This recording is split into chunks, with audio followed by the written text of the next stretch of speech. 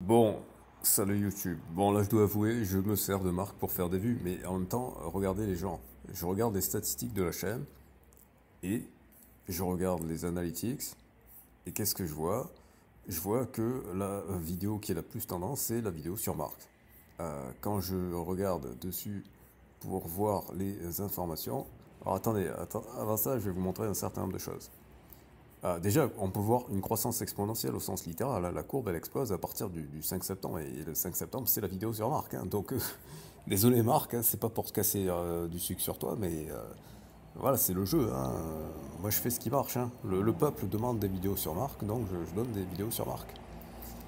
Et quand je regarde surtout l'audience, parce que j'ai été très surpris, j'ai une audience qui est 100% masculine et de 45 à 54 ans.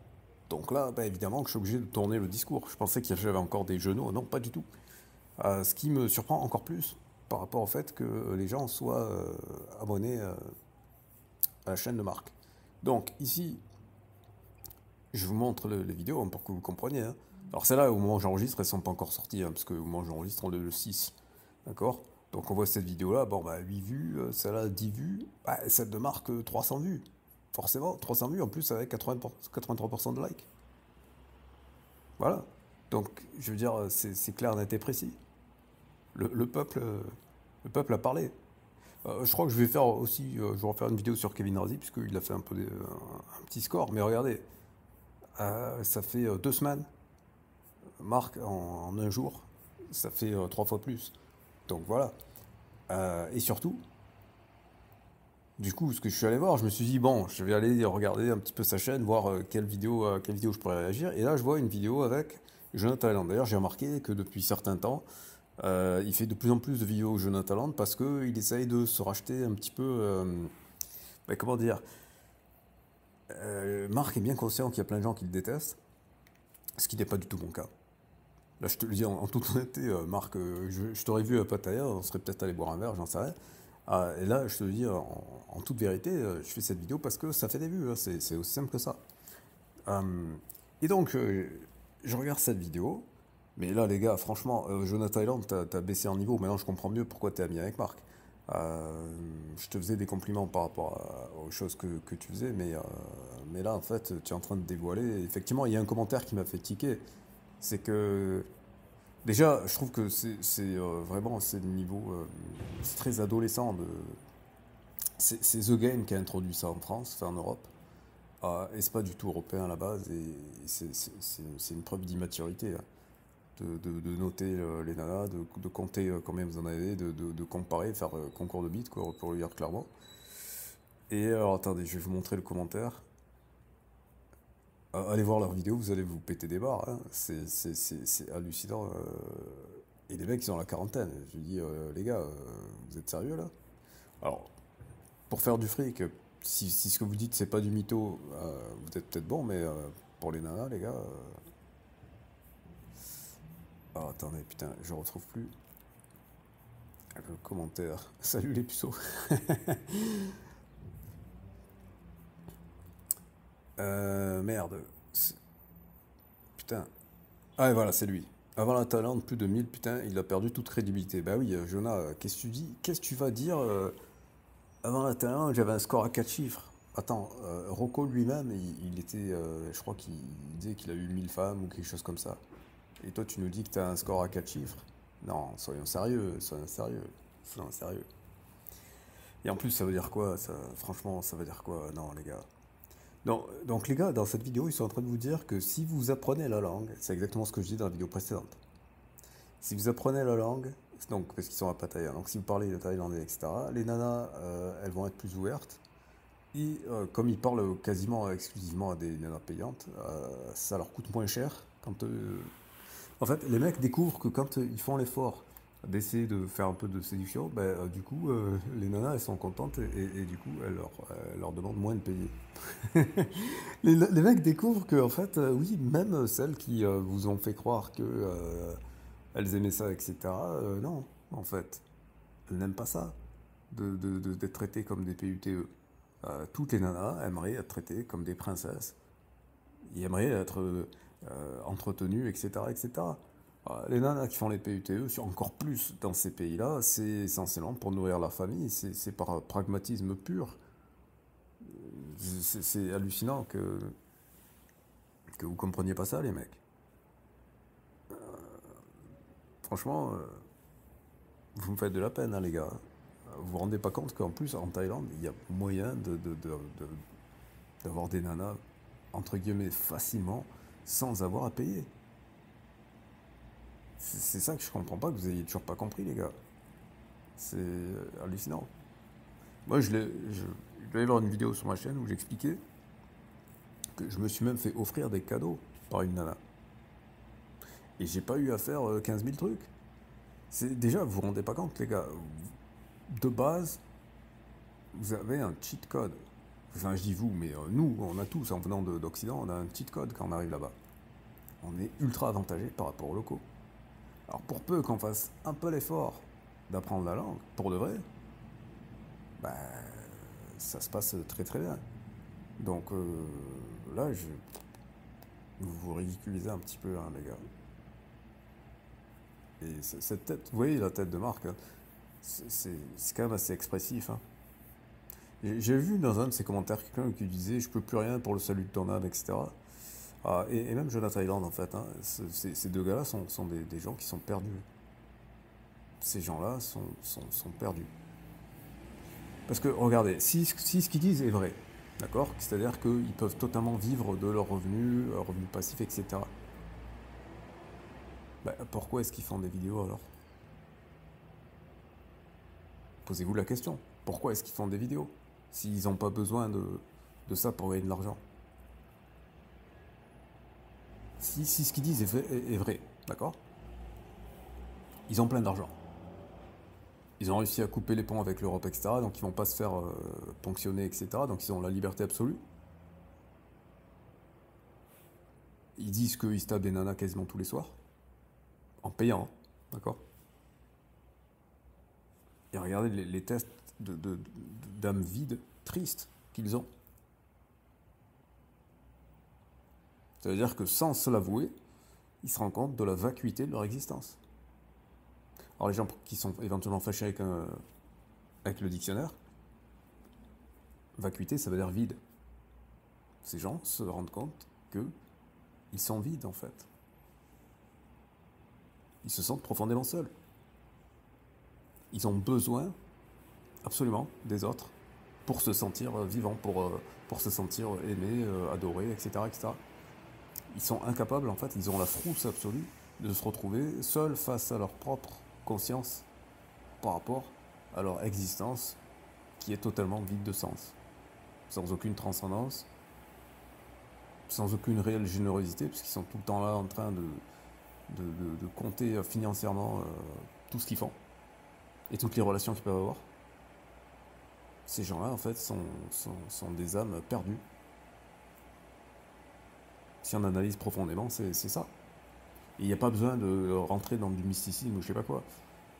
Tout individu normalement constitué est conscient que on a tous, appelez ça comme vous voulez, c'est pas une définition scientifique, mais on a tous quelque chose qui est de l'ordre de l'état d'esprit, de la conscience, de l'âme.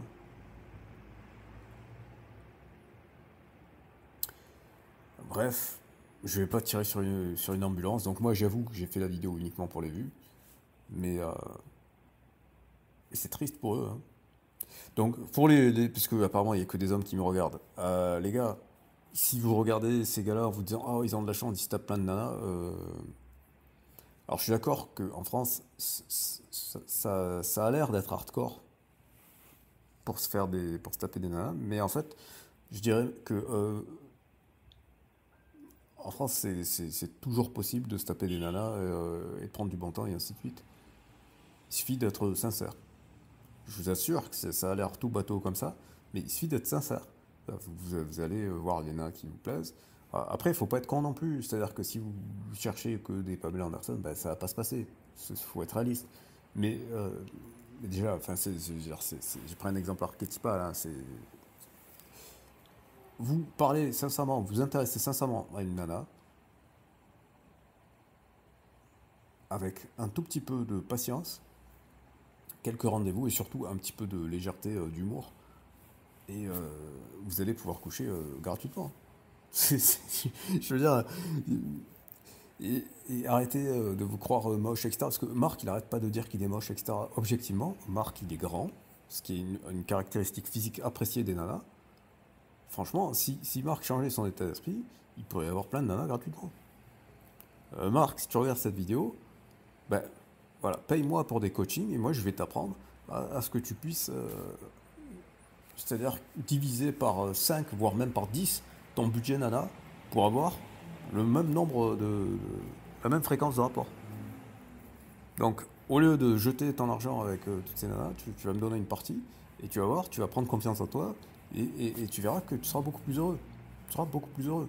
Et je sais pas ce qui s'est passé, tu as dû être martyrisé par des occidentales qui t'ont vraiment fait la misère, parce que je sais que ça existe, hein, je ne nie pas, il y a des femmes qui sont démoniaques, hein, et malheureusement, le pire, bon, il y a une petite minorité où c'est voulu, mais la plupart du temps, en fait, les femmes qui sont le plus démoniaques, c'est plus un signal que ça se passe très très mal dans leur vie, en fait. Et aussi que l'approche que vous avez avec elles manque singulièrement de virilité, en fait. Il faut vraiment comprendre que les échecs que vous avez avec les femmes, 99,99999% du temps, c'est votre faute. Et je suis pas en train de vous faire le schéma du coach à deux balles qui pose la faute sur l'élève pour qu'il se sente mal, pour qu'il paye des coachings, etc. Non, non, non. La bonne nouvelle, c'est que c'est totalement réversible. C'est totalement réversible. Et sans avoir besoin de jouer la caricature du gros bras, du mec alpha ou je sais pas quoi. Non, au contraire, le mec ultra naturel, qui a de l'humour, capable d'autodérision, etc. Mais qui reste quand même euh, qui sait être assertif, qui sait être ferme, qui sait affirmer ses positions, etc., sans être psychorigide. Voilà, c'est un équilibre. Euh, voilà. Je peux vous donner des exemples de coachs que vous pouvez trouver sur Internet, hein. Euh, mais je me dis que je devrais lancer du coaching euh, parce qu'il y a une demande, en fait. Il y a un besoin. Il y a un besoin. Hmm. Mais quand je dis du coaching, c'est quand je dis à Marc des coachings, franchement, je pense que en quelques discussions, alors évidemment, ce serait mieux si j'étais sur place pour te montrer, mais franchement, en quelques discussions, voilà, t'es pas con, je pense que tu peux tout à fait comprendre. En quelques discussions et quelques, peut-être un petit peu de coaching pour surveiller que tu mets en place, tu mets en pratique les conseils prodigués, mais franchement, c'est à la portée de tout le monde, hein, les gens. Rendez-vous compte, Pierre Ménès est marié, les gens. Pierre Ménès est marié. Je veux dire, sans vouloir insulter Pierre Ménès, je vous rappelle qui est Pierre Ménès, hein, pour que les gens se fassent une idée, hein. Et c'est pas pour taper sur le physique, comme dirait l'autre. Mais si Pierre Ménès a pu se trouver une femme, bon, je pense que vous pouvez. Vous avez tous votre chance, les gens. D'accord? Donc, Marc, pose-toi la question. Comment ça se fait que Pierre Ménès, il a pu avoir une nana? Alors, même si Pierre Ménès, il est dans la sauce, il est accusé de VIOL. Je sais pas si c'est vrai ou pas, l'affaire n'a pas été tranchée, donc je vais pas me prononcer là-dessus. D'accord? Mais je pense quand même que, voilà, les femmes, faut pas croire, hein, elles n'épousent pas n'importe qui. Il est marié, il a des enfants. Une femme n'épouse pas et ne fait pas des enfants à n'importe qui. Surtout qu'il est encore marié. D'accord? C'est pas comme si il avait été marié, elle avait divorcé, parce que quand il était à Canal+, etc., il touchait pas mal d'argent. Si sa femme, elle a été avec lui juste pour l'argent, comme Marc arrête pas de le dire, bah, elle se serait barrée, elle aurait divorcé, et voilà, d'accord? Alors après, je sais pas quelle est la gueule de sa femme, ça se trouve, sa femme est trop moche, j'en sais rien. Mais soyons sérieux 2 secondes, quand même. Soyons sérieux 2 secondes. Euh, je sais pas, Marc, si tu crois vraiment à ta théorie sur ta façon de voir le MGTOW. En plus, c'est marrant que tu sois fait clasher par l'observateur, parce que l'observateur, c'est peut-être celui qui est le plus, euh, comment dire, le plus crédible par rapport au MGTOW et qui a le plus analysé, théorisé la question, et qui en plus, dans ses podcasts, montre, dans ses anciens podcasts, parce que ça fait un moment qu'il n'a pas parlé de relations hommes-femmes, mais dans pas mal de ses podcasts, il donne des exemples du monde réel qui montrent que c'est crédible ce qu'il raconte. Enfin, moi, je sais que les exemples qu'il a donnés, c'est ce que j'ai vécu, etc. Les conseils qu'il donne aux mecs pour aller choper des nanas, c'est exactement des choses que j'ai testées dans la vie réelle. Et donc, c'est tout à fait crédible. Alors que Marc se revendique du MGTOW, mais en fait, Marc, t'es une caricature, tu sais même pas ce que c'est que le MGTOW. Non. Donc, non, non. Les gens, Marc est peut-être très très bon pour faire de l'argent, pour faire fructifier l'argent, mais au niveau des femmes, c'est un zéro absolu, même il est en mode négatif. Et je te tends la main, moi, Marc. Et Jonah Thailand, ouais, non, tu n'es pas crédible quand tu dis le compteur à 4 chiffres, donc c'est-à-dire au minimum 1000 avant d'arriver en Asie. Non, soyons sérieux 2 secondes. Soyons sérieux 2 secondes. 1000, 1000. Non mais les gars, 1000, je sais pas si vous vous rendez compte, 1000. On va dire quoi? T'as 40 ans. Même pas, t'as 38 ans, je crois. Mettons que t'as commencé à 18 ans, donc ça fait 20 ans d'activité. 50 nanas par an? Non, non, soyons sérieux. 50 nanas par an, en moyenne, ça fait quasiment 5 femmes, 5 femmes par mois, sur 20 ans. Non, soyons sérieux 2 secondes. Soyons sérieux 2 secondes. Soyons sérieux 2 secondes. Arrêtez de prendre les gens pour des jambons. Arrêtez de prendre les gens pour les jambons.